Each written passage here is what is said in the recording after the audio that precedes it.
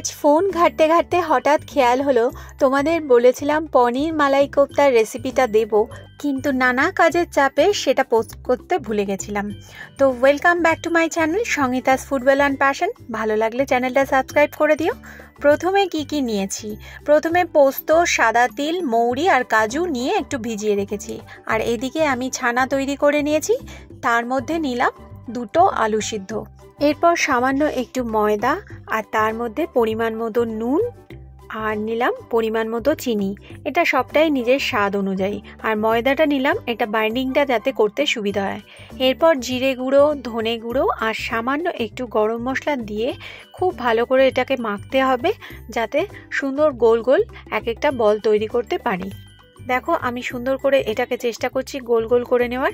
আর মাঝখানে একটু টেস্টি করার জন্য আর সারপ্রাইজ রাখার জন্য একটা করে কিশমিশ দিয়ে দিচ্ছি। এটা তোমরা চাইলে কাজু দিতে পারো, অন্য কিছুও দিতে পারো। এবার এরকম একটা একটা করে বল তৈরি করে নিতে হবে।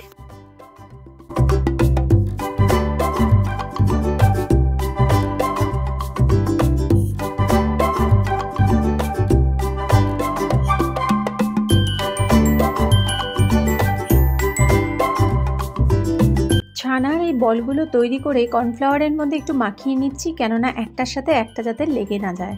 এইভাবে সবকটা একটু একটু কর্নফ্লাওয়ারের মধ্যে মাখিয়ে নিলাম। দেখো কেমন দেখতে হয়েছে, অনেকটা ঠিক বাজারে পাওয়া হজমিগুলির মতো না, কিন্তু সাইজটা বড়। একটা ননস্টিক ফ্রাইং প্যানে অল্প একটু তেল নিয়ে নিয়েছি। এটা গরম হওয়ার পর একটা একটা করে ফ্রাই করার জন্য দিয়ে দেব। ভালো করে ফ্রাই হয়ে গেলে এগুলোকে আমি নামিয়ে নেব। তবে এটা একটা কথা বলে রাখি, এটা কিন্তু সস দিয়ে খেতেও খুব একটা খারাপ লাগবে না। তবে এটা সস দিয়ে একটা খাওয়া শুরু করলে গ্রেভির জন্য কিন্তু কিছু থাকবে না, সুতরাং না টেস্ট করাই ভালো। কাজু, পোস্ত, তিল আর মৌরি ভেজানো ছিল, সেটা বাটা হয়ে গেছে। অন্যদিকে একটা বাটিতে সামান্য জিরে গুঁড়ো, ধনে গুঁড়ো আর হলুদ গুঁড়ো দিয়ে একটু জল দিয়ে সেটাকে মিক্স করে নিলাম। মিক্স করার পর এটা কিন্তু মুখে মাখবে না, এটা অবশ্যই রান্নায় দেবে।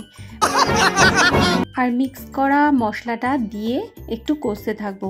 একটু ভাজা ভাজা কষা কষা হলে আমি যে পোস্ত, কাজু, তিল বেটে রেখেছিলাম সেটা দিয়েও ভালো করে কষতে হবে।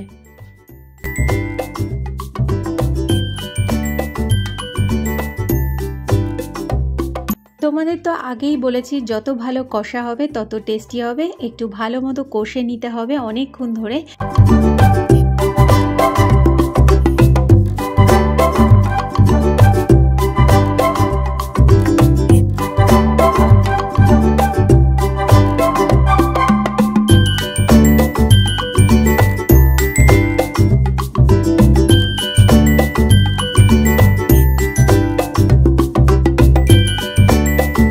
জিনিসটা কষতে কষতে যাতে লেগে না যায়, তাই অল্প একটু জল দিয়ে দিলাম যাতে লেগে না যায়, একটু ভাজা ভাজা হয়। এবার এর মধ্যে পরিমাণ মতো নুন আর একটু মিষ্টি দেবো, সেটা স্বাদ অনুযায়ী।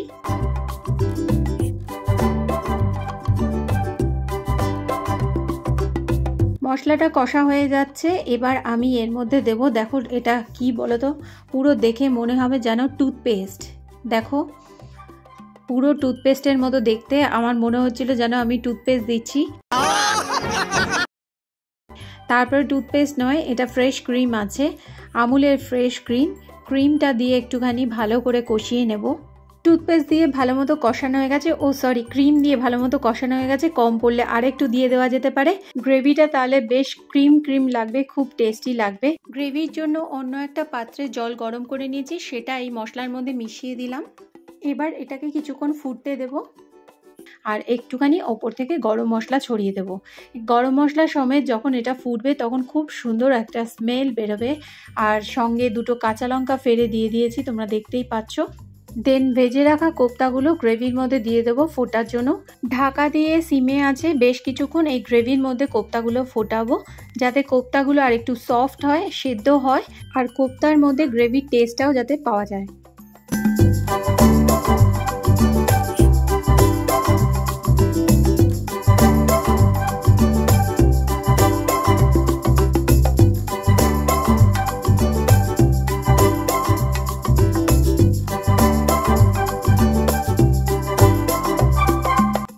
এরপর ভালো করে যখন এটা টকবক করে ফুটবে, গ্রেভিটাকে আরেকটু থকথকে করার জন্য আমি একটা অন্য বাটিতে একটু কর্নফ্লাওয়ার গুলে নিয়েছি এবং গ্যাসটা কমিয়ে কর্নফ্লাওয়ারটা আস্তে আস্তে দেবো এবং কনস্ট্যান্ট নাড়তে থাকবো যাতে তলায় লেগে না যায় এবং গ্রেভিটাও ঘন হয়ে আসে।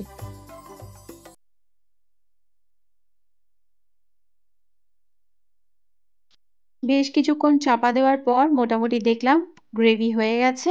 আমার পনির কোপ্তা বা ছানার মালাই কোপ্তা কমপ্লিট। এবার গরম গরম এটাকে সার্ভ করব।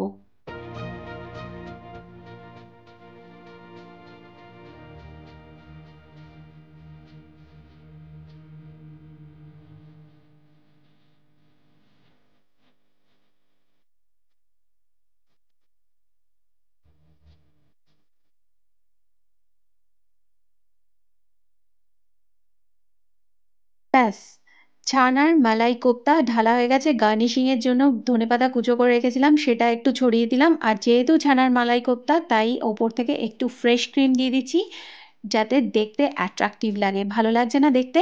মাঝে মাঝে কিন্তু বাড়ির কাছের মানুষদের জন্য এরকম নতুন নতুন আইটেম করতে বেশ ভালো লাগে। এটা মনে হয় ভাত দিয়েও ভালো লাগবে, আবার লুচি ও পরোটা দিয়েও ভালো লাগবে। তো দেখে তো ভালো লাগছে, আর খেয়েও আশা করি ভালো হবে। জিনিসটা খুব সফটও হয়েছে, দেখো আমার কাটতে কোনো অসুবিধা হলো না। তো বন্ধুরা, তোমাদের যদি এই রেসিপিটা ভালো লাগে তাহলে তোমরাও ট্রাই করে দেখতে পারো, আর আমাকে কমেন্ট করে জানিও কেমন লাগলো তোমাদের এই ভিডিওটা। ভালো লাগলে একটা লাইক দিও। যারা আমার চ্যানেলটা সাবস্ক্রাইব করনি, অবশ্যই সাবস্ক্রাইব করো। আজকের মতো এখানেই শেষ করছি। সবাই ভালো থেকো, সুস্থ থেকো। দেখা হচ্ছে নেক্সট ব্লগে। আজকের মতো টাটা।